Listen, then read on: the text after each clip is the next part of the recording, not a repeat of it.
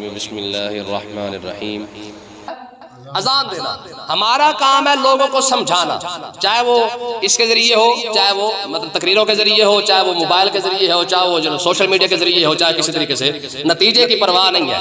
ہمارا کام کتنا ہے کہ ہم لوگوں کو آہستہ آہستہ جتنا ہو سکے سمجھا سکیں۔ کوئی باتیں کرتا تو کرتا رہے، تانے دیتا تو دیتا رہے، ٹھیک ہے۔ اللہ تعالیٰ ہمیں سمجھنے کی توفیق عطا۔ تو یہ بڑا اہم مسئلہ ہے، یعنی سفر کے اندر اگر بندہ ہو تو نماز کیسے پڑھے اور نماز پڑھنے کا طریقہ کیا ہے، ان آیتوں کے اندر بیان کیا گیا ہے۔ فرمایا کہ وَإِذَا ضَرَبْتُمْ فِي الْأَرْضِ، جب تم زمین کے اندر سیر کرو، یعنی زمین کے اندر کہیں تمہیں جانا پڑ جاتا ہے، تو فَلَيْسَ عَلَيْكُمْ جُنَاحٌ، تمہارے اوپر کوئی گناہ نہیں ہے، أَن تَقْصُرُوا مِنَ الصَّلَاةِ، کہ تم نماز میں قصر کر لیا کرو، نماز میں قصر کر لیا کرو۔ ان خفتم ان یفتنکم الذین کفروا، میں کہ اگر تمہیں یہ خوف ہو کہ کافر تمہیں تکلیف دیں گے، ان الکافرین کانوا لکم عدوا مبینا، بے شک کافر جو ہے وہ تمہارا کھلا دشمن ہے۔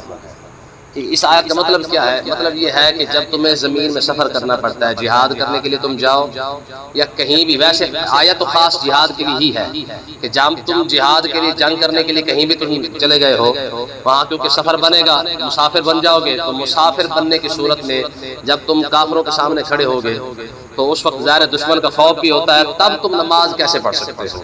تو اس کی صورت کو یہاں پہ بیان کیا گیا ہے۔ یعنی یہ حکم تو خاص ویسے جہاد کے لیے ہے، لیکن حکم عام ہے، چاہے جہاد ہو یا نہ ہو، بندہ جب بھی مسافر بنے گا وہ نماز کیسے پڑھے گا؟ تو اللہ تبارک و تعالیٰ نے ارشاد فرمایا فَلَيْسَ عَلَيْكُمْ جُنَاحٌ أَن تَقْصُرُوا مِنَ الصَّلَاةِ، فرمایا تمہارے اوپر کوئی گناہ نہیں ہے، أَن تَقْصُرُوا مِنَ الصَّلَاةِ، کہ اگر تم سفر کے اندر جا رہے ہو تو نماز کیا کرو؟ قصر کر لو۔ قصر کیسی ہوگی؟ یعنی ظہر، عصر اور عشاء، یہ تین نمازیں ہیں، وتر بھی ساتھ ہے ان کے۔ تین نمازوں کے اندر وتر تو پورے پڑھنے پڑیں گے، لیکن یہ تین نمازیں ظہر کی، عصر کی اور عشاء کی، ان تین نمازوں کے اندر کیونکہ 4 رکعتیں فرض ہوتی ہیں تو 4 پڑھنے کے بجائے کیا کرو؟ 2 پڑھ لو۔ تو 2 پڑھنے کی وجہ سے اللہ تبارک و تعالیٰ تمہیں پوری نماز کا ثواب عطا فرما دے گا، ٹھیک ہے۔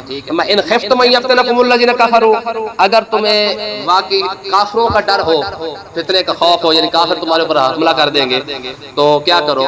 فرمایا کہ تم نماز کو قصر کر لو، آدھی نماز پڑھ لو اور کافروں کے مقابلے میں ڈٹ کے کھڑے ہو جاؤ۔ ان الکافرین کانوا لکم عدوا مبینا، کیونکہ کافر تمہارا کھلا دشمن ہے۔ 2 دشمنوں کے بارے میں کھلی بات کی گئی، فرمایا ایک ان الشیطان لکم عدو مبین اور ان الکافرین کانوا لکم عدوا مبینا۔ رب نے دونوں کے بارے میں فرمایا شیطان بھی تمہارا کھلا دشمن ہے اور کافر بھی کھلا دشمن ہے۔ مزیداری کی بات یہ کہ ہم ایک کو دشمن مانتے ہیں، دوسرے کو دوست مانتے ہیں۔ ایک کو دشمن مانا ہوا ہے، شیطان کے بارے میں ہر کوئی گالیاں دیتا پھرتا ہے کہ شیطان ہم سے یوں کروا رہا ہے، شیطان ہم سے یوں کروا رہا ہے، اور ہم یہ کہنا کہ یار اس کے بارے میں قرآن اب تو واضح الفاظ آ گئے نا، ان الکافرین کانوا لکم عدوا مبینا، فرمایا شیطان بھی تمہارا کھلا دشمن ہے اور کافر بھی یہ تمہارا کھلا دشمن ہے۔ جب رب نے دونوں کے بارے میں فرما دیا کہ یہ دونوں تمہارے کھلا دشمن ہیں، اب بندہ مسلمانوں کو عقل کرنی چاہیے نا کہ مسلمان ایک کو دشمن سمجھ رہا ہے اور دوسرے کو دوست سمجھی کھڑا ہے، بلکہ دوست نہیں سمجھی کھڑا، آقا اور مولا سمجھی کھڑا ہے اس کا۔ تو جس طرح شیطان مسلمان کا کھلا دشمن ہے، اسی طرح کافر بھی مسلمان کا کھلا دشمن ہے، ٹھیک ہے۔ حالانکہ دیکھیں میں نے پہلے بھی آپ کو یہ بات بتائی تھی کہ پورے قرآن کے اندر نا 2 یا 3 جگہ پہ غالباً آیا ہوگا کہ شیطان تمہارا کھلا دشمن ہے، اور کافروں کے بارے میں تو ہر دوسری آیت آ رہی ہے۔ تو اس کا مطلب یہ ہے کہ شیطان سے بڑا دشمن تو یہ کافر ہے، ٹھیک ہے۔ جس کے کفر کی حد ہی کوئی نہیں، جس کی یوں سمجھ لیں کہ قرآن مجید کی آیتیں موجود ہیں کہ ہاں انتم اولئک تحبونہم لا یحبونکم، فرمایا تم ان سے محبت کرتے ہو یا تم سے محبت، حالانکہ انسان شیطان سے محبت نہیں کرتا۔ کبھی ہوا ہے کسی نے کہا یار شیطان نہ میری بڑی یاری ہے، ٹھیک ہے، حالانکہ یاری ہے، لیکن کوئی بندہ بھی اس کے ساتھ یاری جو ہے وہ ماننے کے لیے تیار نہیں ہے۔ ہر بندہ کہتا ہے کہ شیطان ہے ہمارا دشمن، ٹھیک ہے، لیکن اس کو دشمن بھی مان رہا ہے، اس کو تو دشمن ماننے کے لیے بھی تیار نہیں ہے۔ عیسائی اور یہودیوں نے کیا کچھ نہیں امت مسلمہ کے ساتھ کر دیا ہے، لیکن اس کے باوجود بھی آج مسلمان اس کے پیچھے لگ کے بھی اس کو دشمن ماننے کے لیے تیار نہیں۔ ہمارے ایک بزرگ تھے، انہوں نے بڑی خوبصورت بات کی تھی، وہ کہتے ہیں کسی کو بے وقوف بنانا ذرا آسان ہے، آپ کسی کو بنا لیں، ٹھیک ہے، لیکن کسی بندے کو بے وقوفی کا یقین دلوانا یہ بہت مشکل ہے۔ مطلب کیا ہے؟ مطلب یہ کہ آپ کسی کو بے وقوف بنا لیں، لیکن اگلے بندے کو سمجھاؤ میاں تینوں ٹھگی لا گیا تو وہ مانے گا ہی نہیں میں لگ گیا نہیں وہ ایسے گل کر رہی ہے میں ٹھگی شگی کوئی لگی. حضرت بہلول دانا رضی اللہ عنہ آپ جا رہے تھے تو چوک کے اندر جناب کٹ کھڑا ہوا ہے, سارے لوگ کھڑے ہوئے ہیں. آپ نے فرمایا میاں کیا بات ہے؟ کہتے جی یہ بندہ درمیان میں کھڑا ہے یہ دعویٰ کر رہا ہے کوئی بندہ مجھے بے وقوف نہیں بنا سکتا. میں بڑا سیاڑا بندہ ہوں کہ تم مجھ سے کوئی بھی بات کر کے دیکھ لو میں تمہیں ہر بات کا جواب دے سکتا ہوں, مجھے کوئی بندہ بے وقوف نہیں بنا سکتا. آپ اس بندے کے پاس گئے فرمایا ہاں بھائی کیا کہتا ہے؟ انہوں نے کہا جی بالکل جو آپ نے بات سنی ہے وہ بالکل ٹھیک ہے, مجھے کوئی بندہ بے وقوف نہیں بنا سکتا. آپ نے فرمایا یہیں ٹھہر میں بھی آ کے بات کرتا ہوں. وہیں سے نکل گئے. نہیں سمجھ آئی؟ گھنٹے بعد اس کو سمجھ آئی وہ تو مجھے بے وقوف تو بنا گیا. تو کسی کو بے وقوف بنانا آسان ہے, اسے بے وقوفی کا یقین دلوانا یہ بہت مشکل ہوتا ہے. اب مسلمانوں کو آپ کسی کو کہیں نا بھی شیطان کے بارے میں کیا خیال ہے, وہ کہتے لخت دلانا شیطان پر. اسے کہا اچھا کافروں کے بارے میں کیا خیال ہے؟ کہتے نہیں جی پھر کسی کو برا تو نہیں کہنا چاہیے نا. یہ بے وقوفی ہے کہ جس کے بارے میں قرآن کہہ رہا ہے, قرآن کی ہزاروں آیتیں موجود ہیں کہ کافر تمہارا خیر خواہ نہیں ہو سکتا, وہ تم سے محبت نہیں کرتا, وہ تم سے پیار نہیں کرتا. آج کا مسلمان کہتے نہیں نا انسانیت سب سے بڑا مذہب ہے. تو یہ بے وقوفی بنائے گی مسلمانوں کو. دیکھیں یہ ایسے نہیں ہوا, اس کے اوپر 100-150 سال کام کیا گیا ہے. کیسے؟ جب میں نے آپ کو بتایا تھا نا علماء کو کیونکہ شہید کیا گیا, شروع کے اندر انگریز کی پالیسی یہ تھی کہ مولوی مار دو, جب مولوی مر جائیں گے نا تو یہ خود بخود جو باقی عوام بچ جائے گی اس کی خیر ہے. جب انہوں نے 1857 سے لے کر 1947 تک سارے 90,000 علماء کو شہید کر دیا. 90,000 علماء کو شہید کرنے کے بعد بھی انگریزوں نے یہ محسوس کیا کہ مسلمانوں کے دلوں کے اندر اپنے دین کی محبت کم نہیں ہوئی. ہم نے ان کے مولوی جتنے بھی شہید کر دیے ہیں, ان کے مولویوں کے مرنے کے بعد بھی ان کو کوئی فرق نہیں پڑا. تو انہوں نے اس بات پر ریسرچ کی کہ آخر ان کی کمزوری کیا ہے. تو سب سے پہلی جو کمزوری انہوں نے ڈھونڈی مسلمانوں کی وہ کیا تھی؟ وہ ہے آقا علیہ الصلوۃ والسلام کے ساتھ والہانہ محبت. یہ کمزوری ہے مسلمان. ٹھیک ہے, مسلمان آ کے اسی راہ پہ مر جاتا ہے. انہوں نے کہا اب کیا کریں؟ انہوں نے کہا یہ کمزوری ہے, مسلمان اگر مرے گا تو یہیں پہ آ کے مرے گا. انہوں نے کیا کریں؟ انہوں نے کہا سب سے پہلے مسلمان کو اپنے نبی کے بارے میں مشکوک کر دو, ویسے چھیڑ دو. ٹھیک ہے, نبی یوں جانتے کہ نہیں جانتے, نبی یوں کر سکتے کہ نہیں کر سکتے. نتیجہ کیا نکلا کہ یہ پیسے شروع کر دی گئی. آج نتیجہ یہ نکلا کہ آج عوام خود مسلمان خود جو ہے وہ اپنے نبی کے بارے میں بحث کر رہا ہوتا ہے. آپ دیکھ لیں ہندو اپنے گائے کے بارے میں بحث نہیں کرتا ہے, سکھ اپنے کرپان اور اپنی پگڑی کے بارے میں بحث نہیں کرتا ہے, لیکن مسلمان جب بھی بحث کرے گا اپنے دین کے متعلق کرے گا. کیوں؟ کیونکہ اس کو مشکوک کر دیا گیا. دوسرا کام کیا کرو؟ انہوں نے کہا دوسرا کام یہ ہے کہ ان کو مولویوں کے ساتھ جو ہے وہ دور کر دو. عوام کا جو مولویوں کے ساتھ جو رابطہ ہے نا اس کو ختم کر دو. افغانیوں کی غیرت دی کا ہے یہ علاج, ملا کو ان کے کوہ دمن سے نکال دو. انہوں نے کہا یار اس کا علاج یہ ہے وہ افغانیوں کا, یعنی افغانیوں کی غیرت دی کا ہے یہ علاج. انہوں نے کہا اگر ان کے علاج کرنا نا عوام کا, ان کے دل سے اگر نکالنی ہے اپنے دین کی محبت نکالنی ہے تو ایک ہی حل ہے کیا کہ مولویوں کے درمیان اور عوام کے درمیان فرق کر. مولوی جب عوام سے نفرت کرنے لگے گی, عوام جب مولوی سے نفرت کرنے لگے گی, نتیجہ یہ نکلے گا یہ مولویوں کے ساتھ بیٹھنا شرمندگی محسوس کرے گی, مولویوں کے پاس بیٹھے گی نہیں. جب مولویوں کے پاس نہیں بیٹھے گی نہ یہ قرآن سنیں گے نہ یہ حدیث سنیں گے. تیسرا کام انہوں نے کہا تیسرا کام یہ کرو کہ ان کے نام بدلنے کی ضرورت نہیں ہے. نام غلام نبی احمد بھی ہونا چاہیے, غلام احمد بھی ہونا چاہیے, غلام محمد بھی ہونا چاہیے, غلام مرتضیٰ بھی ہونا چاہیے, غلام مصطفیٰ بھی ہونا چاہیے. ان کے نام ایسے ہونے چاہیے, تعلیم ایسی دو کہ نام غلام مصطفیٰ ہو, لیکن جب بات ہمارے اوپر ہے تو ہمیں کہاں وہاں جا کے ضرورت نہ پڑے بات کرنے کی. غلام مصطفیٰ کھڑا ہو کے کہہ نہیں جی ان کے بارے میں بات نہیں کرنی ہے, وہ تو بڑے اچھی انسانیت والے لوگ ہیں. کتنی بڑی ہے ریسرچ ہے, کتنی بڑی ہے حقیقت ہے. نام محمد بشیر ہوگا لیکن جب آپ ان کے بارے میں کہیں گے نا یار انہوں نے تو ایسے کر دیا ایسے کر دیا ایسے کر دیا, ہمارا ہی بندہ ہمارے ہی سامنے کھڑے ہو کے انہی کی وکالت کر رہا ہوگا. آپ دیکھیں یہ جو امن کی باتیں کرتے ہیں ذرا قرآن کی آیت پہ غور کریں. فرمایا محبوب جب آپ میدان جنگ کے اندر تشریف فرما ہو, اور ظاہر حضور تشریف فرما ہو تو حضور کے پیچھے ہی ہر کوئی نماز پڑھے گا, کسی اور کے پیچھے تو نماز پڑھے گا نہیں. تو حضور اللہ تبارک و تعالیٰ نے ارشاد فرمایا محبوب اگر سارے آپ کے پیچھے نماز پڑھنا چاہتے ہیں, نماز ہے بھی قصر ہے بھی 2 رکعتیں, تو کیا کریں؟ تو اللہ تبارک و تعالیٰ نے اس کا حل یہ بتایا ہے کہ محبوب اس طرح کریں, ایک آدھے غلاموں کو اسلحہ دے کر پیچھے کھڑا کر دے جنگ کے لیے, وہ جنگ لڑتے رہے, یا کم سے کم جنگ نہ بھی ہو رہی ہو تو حفاظت کرتے رہے. آدھے بندے آ کے آپ کے پیچھے نماز پڑھنا شروع کر دیں, ایک رکعت پڑھ لیں, 2 سجدے کر لیں, 2 سجدے کرنے کے بعد بغیر سلام پھیرے یہ وہاں جا کے کھڑے ہو جائے, دوسرے بندے آ کر آپ کے پیچھے ایک رکعت پڑھنا شروع کر دیں, نماز ٹوٹے گی. کیسی بات؟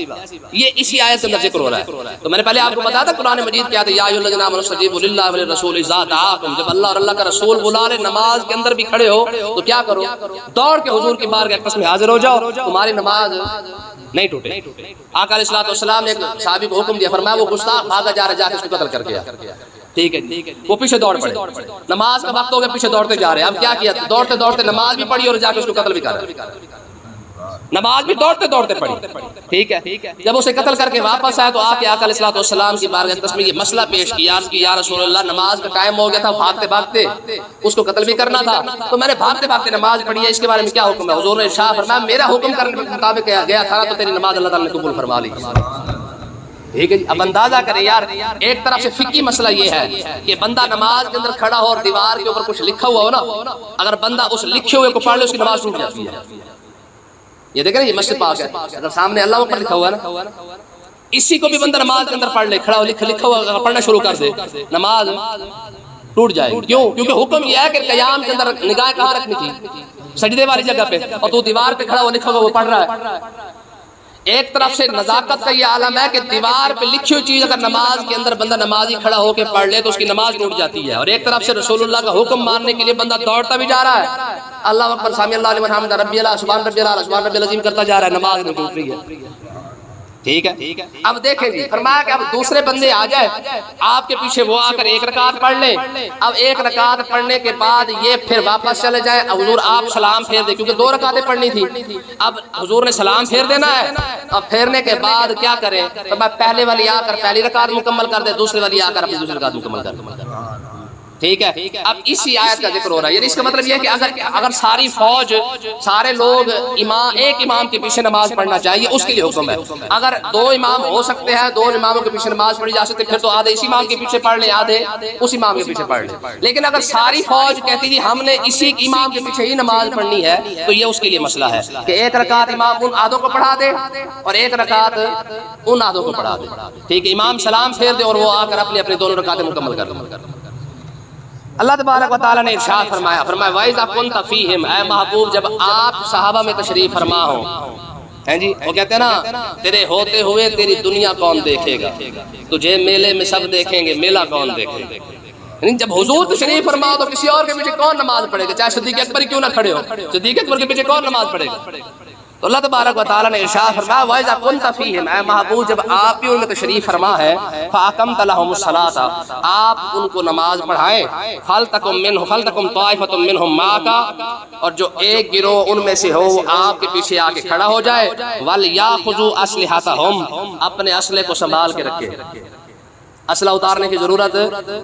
اب یہ جو لٹر پھٹر کہتے ہیں نا کہ اسلام تو کسی کی بات, اسلام کسی امر کی بات کرتا ہے, اسلام یہ بات کرتا ہے کہ نماز کے اندر بھی اسلحہ اتارنے کی ضرورت کتنی یار بات ہے. ٹھیک ہے, یہ شرف النساء عبد الصمد گزرے, یہ انگریزوں دور کے اندر نا گورنر تھے لاہور کے, ان کی بیٹی تھی شرف النساء, ان کی عادت تھی شرف النساء کی, وہ تلوار جب قرآن پڑھنے لگتی نا تلوار ساتھ رکھتی تھی. شرف النساء کی عادت تھی, یہ گورنر کی بیٹی ہے, گورنر عبد الصمد کی. تو ایک دن اس سے ماں نے پوچھا, انہوں نے کہا شرف النساء یہ قرآن پڑھنے کا کون سا طریقہ ہے کہ تو قرآن بھی پڑھ رہی ہے, تلوار بھی ساتھ رکھی ہوئی ہے تو نے. تو وہ نے ماں کو کہا ماں این دو قوت حافظ یکدی گرم, کائنات زندگی را محور. انہوں نے کہا اماں تجھے پتہ ہی کوئی نہیں ہے, یہ دونوں ایک دوسرے کی حفاظت کرتے ہیں. قرآن تلوار کی حفاظت کرتا ہے, تلوار نہ ہاتھ نہیں چلنے دیتا, اور تلوار قرآن کی حفاظت کرتی ہے کہ کوئی لوسی کا بندہ جو ہے وہ آ کر قرآن کو روک نہ سکے. یہ دونوں تلوار اور قرآن ایک دوسرے کی کیا کرتی ہیں, این دو قوت حافظ یکدی گرم, یہ دونوں ایک دوسرے کی حفاظت کرنے والی ہیں. کائنات زندگی را محور, انہوں نے کہا اس زندگی کی خوبصورتی ان دونوں کے ساتھ ہے, تلوار اور قرآن کے ساتھ. یعنی جس بندہ مومن کے پاس یہ دونوں چیزیں آ جائے, قرآن بھی ہو, اور آج دیکھ لیں مسلمانوں کے پاس قرآن ہے تلوار نہیں ہے, ذلیل ہو رہے کہ نہیں ہو رہے. ہے تو بہت بڑی تلوار تو ہے نا، ہائیڈروجن بم بھی، نائٹروجن بم، ایٹم بم ہے، تلواریں تو ہیں ہمارے پاس، لیکن تلواریں چلانے والے بھی تو ہونے چاہیے نا، وہ جگرا بھی تو ہونا چاہیے نا۔ تو انہوں نے کیا کہا، انہوں نے کہا ماں ای تو قوت حافظ یکدی کرن، یہ دو ایک دوسرے کی حفاظت کرتی ہیں۔ آگے انہوں نے کیا کہا، انہوں نے کہا مومنا تیغ باقر آ بسس تربت مارا ہمیشہ ماں بسس۔ انہوں نے کہا ماں مومن بندہ والا بندہ مومن بندے کے لیے دو چیزیں کافی ہیں، ایک قرآن اور دوسری تلوار، اور تربت مارا ہمیشہ مان بسس۔ انہوں نے کہا میری قبر کے لیے یہی سامان کافی ہے، جب میں مر جاؤں تو قرآن بھی میری قبر میں رکھ دینا، تلوار بھی میری قبر کے اندر رکھ دینا۔ یہ ان کی وصیت شرف النساء کی۔ انہوں نے کہا تربت مارا ہمیشہ مان بسس، انہوں نے کہا بس یہ میری وصیت ہے کہ جب میں مر جاؤں تو کیا کرنا، تلوار بھی اور قرآن دونوں میری قبر کے اندر رکھ دینا۔ اور خالصہ، ٹھیک ہے جی، علامہ اقبال نے آگے کہا تھا خالصہ آئے خالصہ شمشیر و قرآن را ببر مسلمہ کشور مسلمانی بمور۔ انہوں نے کہا پھر یہ آئے اور رانایا وہ رنجیت سنگھ کاڑا، ٹھیک ہے نا، اس کاڑے نے آ کے جب سکھوں نے آ کے جب لاہور پر حملہ کیا تو کیا کیا، انہوں نے آ کے تلوار بھی اٹھا لی اور آ کے جناب قرآن بھی اٹھا لیا۔ تو ہوا کیا، علامہ اقبال نے فرمایا مسلمہ اندر کشور مسلمانی بمور۔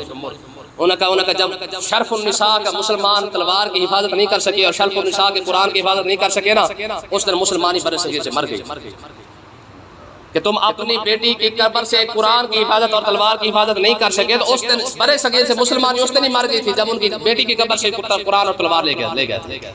تو اللہ تبارک و تعالیٰ نے ارشاد فرمایا وَلْيَأْخُذُوا أَسْلِحَتَهُمْ، فرمایا کہ جب نماز پڑھنے کے لیے آپ کے پیچھے آ جائے تو اپنے اسلحے کو بھی سنبھال کے رکھے۔ فَإِذَا سَجَدُوا فَلْيَكُنْ مِنْ وَرَائِكُمْ، جب دوسرا سجدہ کر لے تو تمہارے پیچھے چلے جائے۔ وَلْتَأْتِ طَائِفَةٌ أُخْرَىٰ، اور دوسرے لوگ لم یصلوا جنہوں نے نماز نہیں پڑھی وہ آپ کے پیچھے آ جائے۔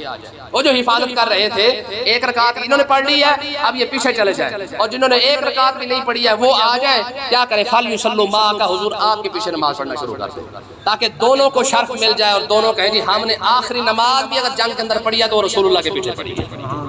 ٹھیک ہے جی، وَلْيَأْخُذُوا حِذْرَهُمْ وَأَسْلِحَتَهُمْ، اپنے سامان کو بھی حفاظت کریں اور اپنے اسلحے کی بھی حفاظت کریں۔ ٹھیک ہے، وَدَّ الَّذِينَ كَفَرُوا، کیوں؟ فرمایا کہ تاکہ کافر لوگ جو ہے یہ خواہش نہ کرے لَوْ تَغْفُلُونَ عَنْ أَسْلِحَتِكُمْ وَأَمْتِعَتِكُمْ فَيَمِيلُونَ عَلَيْكُمْ مَيْلَةً وَاحِدَةً، فرمایا کہ کبھی کافروں کے دل کے اندر یہ لالچ نہ پیدا ہو جائے وہ تمہیں غافل دیکھیں اور تمہارے اسلحے اور تمہارے سامان سے تم غافل ہو جاؤ، فَيَمِيلُونَ عَلَيْكُمْ مَيْلَةً وَاحِدَةً، اور کافر تمہارے اوپر حملہ کرنا شروع کر دیں۔ یعنی نماز کے اندر بھی اسلحہ اتارنا نہیں ہے، اگر کافر تمہارے اوپر حملہ بھی کر دے تو اسلحہ تمہارے پاس ہونا چاہیے۔ سجدے کے اندر تم دیکھو کہ یار کافر آ چکا حملہ کر چکا تو سجدہ توڑ کے جناب جہاد شروع کر دو، سجدہ بعد میں ہو جائے گا۔ رکوع میں کھڑے ہو تو رکوع توڑ کے جہاد کی کتنی فضیلت ہوگی کہ نماز کے اندر بھی جہاد کا خیال رکھا گیا ہے کہ اسلحہ اتارنے کی بھی اجازت نہیں ہے مسلمان، اور آج کا مسلمان کہتے ہیں نہیں مسلمان کا تو اسلحے کے ساتھ تعلق ہی کوئی نہیں۔ آگے دیکھیں جی، فرمایا وَلَا جُنَاحَ عَلَيْكُمْ إِن كَانَ بِكُمْ أَذًى مِّن مَطَرٍ أَوْ كُنتُم مَرْضَىٰ أَن تَضَعُوا أَسْلِحَتَكُمْ وَخُذُوا حِذْرَكُمْ، یہ اب عام حکم بیان کیا جا رہا ہے جو سفر کے اندر ہوتا ہے۔ فرمایا سفر کا مسئلہ ہو یا پھر بارش تیز آ رہی ہو یا بندہ مریض ہو جائے اس کے لیے کیا حکم ہے؟ فرمایا لَا جُنَاحَ عَلَيْكُمْ إِن كَانَ بِكُمْ أَذًى مِّن مَطَرٍ، تمہارے اوپر بھی کوئی گناہ نہیں ہے اگر تم بارش کی وجہ سے تکلیف ہو جائے یا تم مریض ہو جاؤ، أن تَضَعُوا أسلحتكم، اور اسلحہ تم نہ اٹھا سکو، اپنا سامان نہ اٹھا سکو، تو اسلحہ اتار کر بھی جہاد کی بات ہو رہی ہے۔ جہاد میں بارش آ گئی ہے اسلحہ اتار کے تم رکھ لو، اگر بیمار ہو گیا ہو بندہ تو اسلحہ اتار کے رکھ کے پھر نماز پڑھ کے پھر دوبارہ پڑھ۔ حضرت عبد الرحمن بن عوف رضی اللہ عنہ، آپ بیمار ہو تو اسلحہ پہنتے ہوئے آپ کو بڑی پریشانی ہو رہی تھی، تلوار کا ظاہر تلواریں ان کی ہماری تلواروں کی طرح تو نہیں ہو سکتی نا، پلاسٹک والی ہیں جی، 2-2 کلو والی۔ حضرت خالد بن ولید کی تلواروں کا جو وزن تھا وہ 70 کلو تھا، اور آپ 2 ہاتھوں کے ساتھ یوں چلا کر 70 کلو ایک ہاتھ کا وزن۔ اب کوئی بندہ مانے گا یار 70 کلو تلوار ہو اور وہ تلوار جناب ایسے اٹھا کے جو ہے وہ جناب سارا دن اور ساری رات چلا لیتا ہو۔ حضرت بلکہ سیدنا امیر حمزہ رضی اللہ تعالیٰ عنہ کے بارے میں آتا ہے کہ ان کی تلوار کا وزن 100 کلو تھا۔ یہ سارا کوئی موجود ہے۔ تو اللہ تبارک و تعالیٰ نے ارشاد فرمایا اگر اسلحہ پہنتے ہوئے تمہیں پریشانی ہو رہی ہے تو اسلحہ اتار کے نماز پڑھ لو، پھر اس کے بعد دوبارہ کیا کرو، نماز پڑھنے کے بعد دوبارہ اسلحہ پہن لو، جہاد کے لیے تیار ہو جاؤ۔ ان اللہ اعد للکافرین عذابا مہینا، بے شک اللہ تعالیٰ نے کافروں کے لیے ذلت والا عذاب تیار کر رکھا ہے۔ ہاں تم اپنی تیاری پوری رکھو، تم دیکھو تو یہ کافروں کے ساتھ اللہ تبارک و تعالیٰ کرتا کیا ہے۔ اللہ تعالیٰ سمجھنے کی توفیق عطا فرمائے۔